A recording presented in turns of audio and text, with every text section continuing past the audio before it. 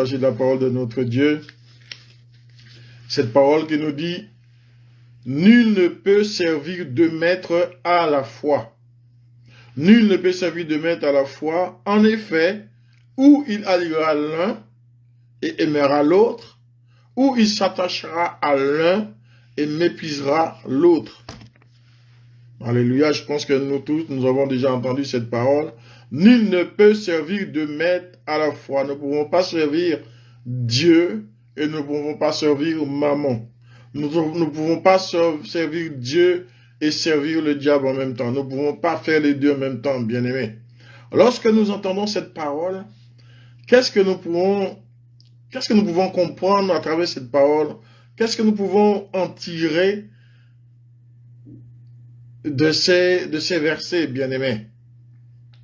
Alors, je pense que lorsque nous lisons ces versets, à travers ces paroles, bien-aimés, de Jésus, et ces paroles viennent de Jésus lui-même en plus, mais je pense que en méditant cette parole, cela nous fait comprendre qu'il est impossible pour nous, qu'il est impossible à qui que ce soit de suivre Jésus sans renoncer au monde. Cela nous fait comprendre que nous ne pouvons pas suivre Jésus sans renoncer au monde et à ses plaisirs coupables. Ces paroles nous montrent, bien aimés, que nous devons faire un choix.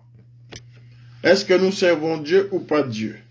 Donc la Bible nous dit ici, nous fait comprendre que c'est impossible pour nous, enfants de Dieu, de servir deux, de servir deux maîtres en même temps, de servir Dieu ou le monde. Donc c'est à nous de faire le choix. Qu'est-ce que nous choisissons? Parce que la Bible nous dit clairement, Jésus lui-même l'a dit, il dit, nul ne peut servir deux maîtres à la fois. Personne ne peut le faire. On ne peut servir deux maîtres. C'est soit on va aimer l'un, on va haïr l'autre, soit on va s'attacher à l'un et on va mépriser l'autre. Donc cela est impossible. C'est Jésus lui-même qui le dit, bien-aimé. Alléluia. Nous ne pouvons pas concilier les deux. Nous ne pouvons pas mettre les deux en même temps. C'est impossible, bien-aimé. Et la Bible nous enseigne une chose. La Bible nous enseigne que par la croix de Christ, par la croix de Jésus, par cette œuvre que le Seigneur a accomplie sous la croix, et la Bible nous enseigne que le monde est crucifié pour nous, et nous pour le monde. Le monde est crucifié pour nous, et nous sommes crucifiés pour le monde, bien-aimés. Donc, il n'y a aucun retour en arrière. Aucun retour en arrière n'est donc envisageable. Nous ne pouvons point envisager un retour en arrière parce que le monde est crucifié pour nous et nous sommes crucifiés pour le monde, bien-aimés. Nous sommes à un point de non-retour, je dirais. Un point de non-retour. Alors, tout ce qui nous reste, bien-aimés, tout ce qui nous reste, nous qui avons fait le choix de servir Dieu, de marcher avec le Seigneur, d'accepter Jésus, eh bien, il nous reste une chose, bien-aimés, il nous reste une chose, c'est de courir. C'est courir et courir. Courir avec instance. Courir avec détermination, bien-aimés, dans la voie de Dieu. Courir avec instance, courir avec détermination, bien-aimés, dans la voie du Seigneur. Dans cette voie que nous avons choisie. Ce que nous avons choisi, eh bien, nous devons le faire avec instance. Nous devons le faire avec constance. Ça veut dire sans arrêt. Constance, c'est régulier. C'est pas comme on dit les montagnes russes, mais avec constance.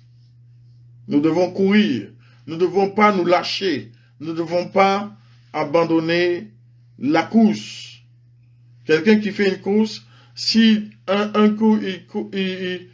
si tu vas faire les Jeux Olympiques, un coup tu vas courir, un coup tu marches, un coup tu vas s'asseoir quelque part, eh bien jamais tu vas pouvoir réussir à gagner un prix. Et c'est là, bien aimé, nous avons notre prix à gagner. le prix de la vocation céleste en Jésus-Christ. Donc nous avons à courir. Ce qui nous reste à faire, bien-aimés, c'est courir et courir avec constance si nous voulons arriver au but, si nous voulons être à l'arrivée. Alléluia. Si nous, bien-aimés, nous nous arrêtons pour regarder en arrière, bien-aimés, si nous nous arrêtons sur ce que nous avons perdu, sur ce que nous avons abandonné, bien-aimés, eh bien, si nous nous arrêtons à cela, toutes ces choses ne peuvent que nous ralentir. Cela ne peut que nous ralentir, bien-aimés, et peut-être même nous faire de perdre le but, perdre la réalité des choses, la réalité de la voie que nous avons empruntée. Si nous nous arrêtons à penser aux choses que nous avions avant, aux choses que nous faisions avant, aux choses que nous avons abandonnées puis suivre le Seigneur, eh bien cela ne peut que nous ralentir. Cela ne peut que nous freiner. Cela peut nous empêcher d'avancer, d'aller sur la ligne d'arrivée, bien-aimés.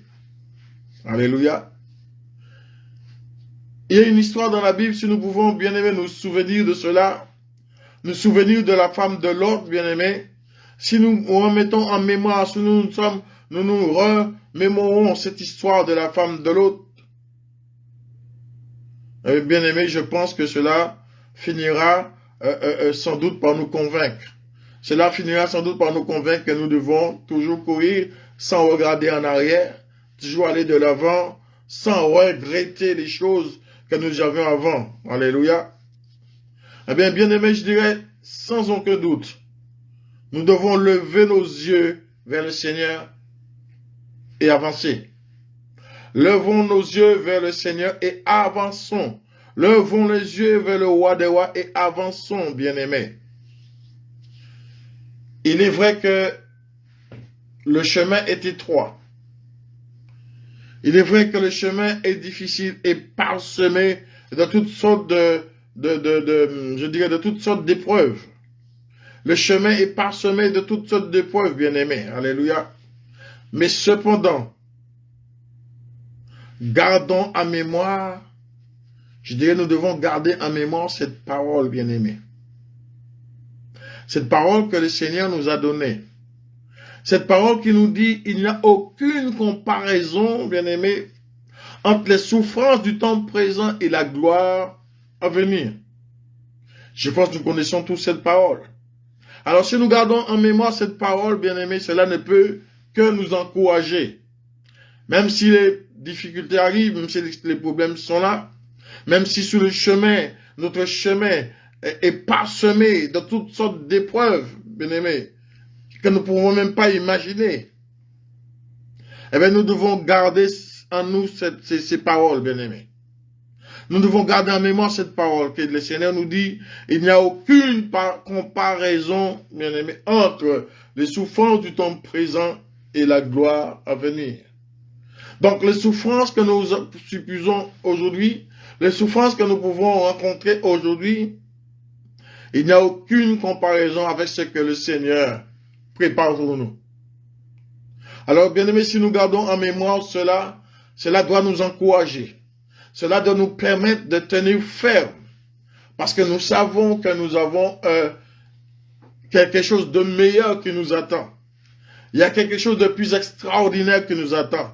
Il y a quelque chose de plus grand qui nous attend.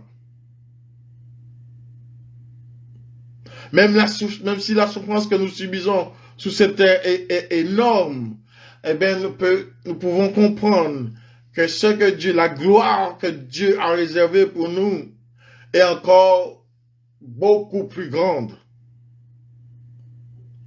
Et encore beaucoup plus grande. Bien-aimés. Donc, nous ne devons pas nous arrêter dans la course. Nous devons continuer à courir. Nous devons continuer à servir celui que nous avons décidé à suivre, celui que nous avons décidé à écouter, bien-aimés. C'est Jésus-Christ. Ne lâchons pas. Tenons ferme. Tenons ferme. Continuons à avancer. Alléluia. Nous pouvons dire, nous pouvons penser une chose, nous pouvons dire, mais après tout, nous sommes sur cette terre pour très peu de temps. Nous sommes sur cette terre pour, on dirait même pour quelques jours. Donc pourquoi s'en inquiéter? Pour quelques jours, alors que la gloire que Dieu a réservée pour nous n'a pas de fin. La souffrance que nous pouvons subir sur cette terre, ces souffrances que nous pouvons avoir, nous pouvons rencontrer, quelle qu'elle soit, la durée qu'elle peut prendre, mais un jour ou l'autre va se terminer. Cela va se terminer, cela va s'arrêter. Mais la gloire que Dieu a en réserve pour nous, la gloire que le Seigneur a mis en réserve pour nous, cela est éternel. Cela ne peut pas changer. Cela, il n'a pas de fin. Il n'y a pas de fin parce que cela est éternel. Parce que Dieu lui-même, il est éternel. Donc, pensons à la gloire à venir. Pensons à cette gloire que le Seigneur a en réserve pour nous, bien-aimés. Alléluia. Quoique, bien que les dangers qui nous entourent soient nombreux, alléluia, et je dirais des fois même beaucoup plus que ce que nous pourrions penser, nous pourrions imaginer. Cela est tellement grand, nous ne pouvons même pas imaginer tout autour de nous. Bien-aimés, c'est tout ce danger qui nous menace, toutes ces choses qui nous menacent, bien-aimés. Mais nous devons toutefois marcher avec assurance. Nous devons toutefois marcher avec assurance, avec fermeté. Nous pouvons toutefois marcher avec joie. Nous pouvons toutefois marcher avec confiance. Vous me direz pourquoi? Parce que la Bible nous dit une chose, que celui qui est en nous est plus grand que celui qui est dans le monde. Celui qui est en nous est plus grand que celui qui est dans le monde. Alors si celui qui est en moi est plus grand que celui qui est dans le monde, donc je peux marcher avec assurance. Parce que celui qui est dans le monde ne peut vaincre celui qui est en moi. Celui qui est dans le monde ne peut pas avoir le dessus sur celui qui est en moi. Parce que celui qui est en moi, c'est Jésus. Et celui qui est dans le monde ne peut vaincre celui qui est en moi, ne peut vaincre Jésus. Alléluia. Mais Jésus l'a déjà vaincu sur la croix de Golgotha. Donc marchons avec assurance. N'essayons pas de servir 2 maîtres à la fois. N'essayons pas de servir 2 maîtres à la fois pour arranger nos affaires, pour améliorer notre quotidien. Comme on dit, pour mettre du beurre dans les épinards. Nous pouvons, à cause de ces choses, nous pouvons essayer de servir 2 maîtres à la fois. Mais nous devons servir qu'un seul maître, Jésus-Christ de Nazareth. Celui qui a donné sa vie sur la croix. Celui qui a subi tant d'humiliations, tant de coups, tant d'injures. Celui qui a subi les couronnes d'épines. Celui qui a subi les coups de fouet. Celui qui a reçu les coups, les clous dans les mains, les pieds. Eh c'est lui que nous devons servir. Si nous avons pris cette décision, bien-aimés, là où tu es, tu as pris cette décision, eh bien, nous ne devons pas nous lâcher. Nous ne devons pas nous lasser. Parce que cela pourrait arriver. Puisque nous avons l'impression que le temps est long, les choses sont difficiles, rien ne peut changer, rien ne veut changer. Mais gardons foi en Dieu. Alléluia. Garde foi en Dieu, bien-aimé. Alléluia. Si nous sommes confiants, nous devons être confiants en Dieu. Alléluia. Nous devons avoir confiance en cette parole, bien-aimée. Nous pouvons croire en cette parole que le Seigneur nous a dit, que la Bible nous dit, les Écritures nous l'affirme, bien-aimés, que Dieu nous fait triompher en Jésus-Christ. La Bible nous affirme que Dieu nous fait triompher en Jésus-Christ. Croyons-nous en cette parole? Là où tu es, est-ce que tu crois en cette parole? Croyons-nous en cette parole, bien-aimés? Alléluia. Sommes-nous confiants? Avons-nous foi en cette parole lorsque Dieu, la Bible nous dit, lorsque les Écritures nous affirment que Dieu nous fait triompher en Jésus-Christ? Là où tu es, Dieu te fait triompher en Jésus-Christ. Dieu nous fait triompher en Jésus-Christ. Quelles que soient les difficultés, quels que soient les problèmes, Dieu nous fait triompher en Jésus-Christ. Alléluia. Alors, croyons en cette parole. Attachons-nous, bien-aimés, au Seigneur. Alléluia. Parce que je pourrais dire, mais qui d'entre nous, qui pourrait dire, bien-aimés, combien de fois que le Seigneur nous a délivrés de tel problème, de telle embûche? Qui pourrait nous le dire, sans même que nous puissions le savoir, sans même le savoir, combien de fois Dieu nous a protégés, Dieu nous a délivrés de certaines embûches, sans même que nous puissions le soupçonner, sans même que nous puissions l'imaginer. Combien de fois, qui peut dire cela? Nous ne savons pas le nombre de fois que Dieu nous a libérés, le nombre de fois que Dieu nous a protégés, le nombre de fois que Dieu nous a sauvés de certaines embûches, des embûches que nous ne pouvons même pas soupçonner. Donc, ayons confiance en Dieu.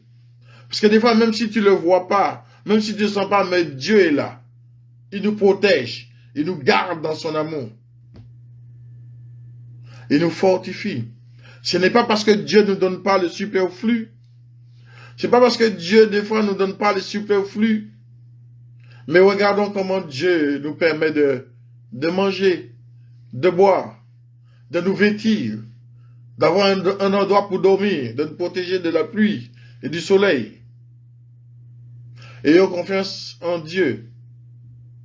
Là où tu es, peux-tu t'imaginer combien de fois Dieu t'a gardé, combien de fois Dieu t'a protégé. Mais essaie de t'imaginer, depuis que tu marches sur cette terre, combien de fois Dieu a pu te protéger sans même que tu puisses le savoir, sans même que tu puisses l'imaginer, même soupçonner.